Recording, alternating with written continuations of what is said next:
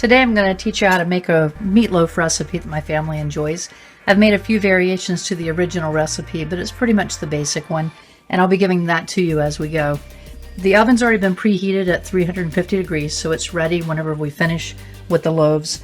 And I'm making 2 meatloaves, so I'm using 3 pounds of meat. The original recipe makes half of that, but I like to make one and put one up to freeze so that I have 2 meals out of each time that I work. Start out with, we're going to put into the bowl 3 pounds of ground beef. We're going to put in 2 cups of oatmeal. The original recipe calls for breadcrumbs, so you could use fresh breadcrumbs, purchased breadcrumbs, or oatmeal.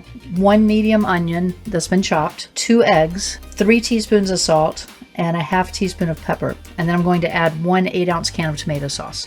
So I'm just going to mix all that up together now and make the loaves.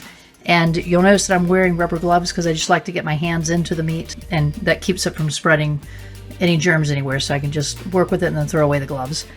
So here we go. We're going to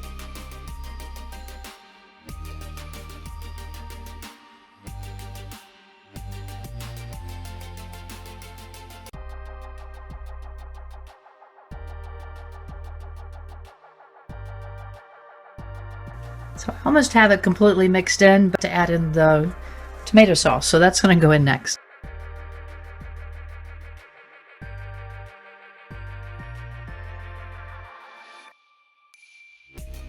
So I've taken off my gloves and thrown away the first pair that I was using just so I don't transfer any germs or anything from the raw meat. And I have a new pair on now, and I'm going to just spritz the bottom of my baking pan with some olive oil just in case they were to stick on the bottom, so to keep it from sticking and make it easier to serve up whenever it's done. And I want to form the meat into 2 to 3 loaves. So depending on how many people you're going to be feeding, a 1.5 pound loaf is going to serve about 6 people. My family of 4 will eat most of that, but we'll have some left over for sandwiches or for freezer meals for later. So I'm just going to make it into 2 larger loaves.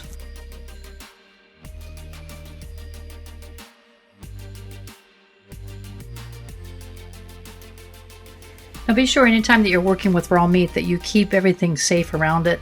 If you have any spills, like earlier I'd had a spill, I just wiped that up with some soap and water to make sure it didn't transfer anywhere. So you just want to contain it and keep it clean so that your family's safe whenever you're eating. So the next thing we're going to do is we're going to mix together a type of gravy that it's going to cook in, and you could use that to make a gravy afterwards when you serve it, but it will keep it moist and juicy.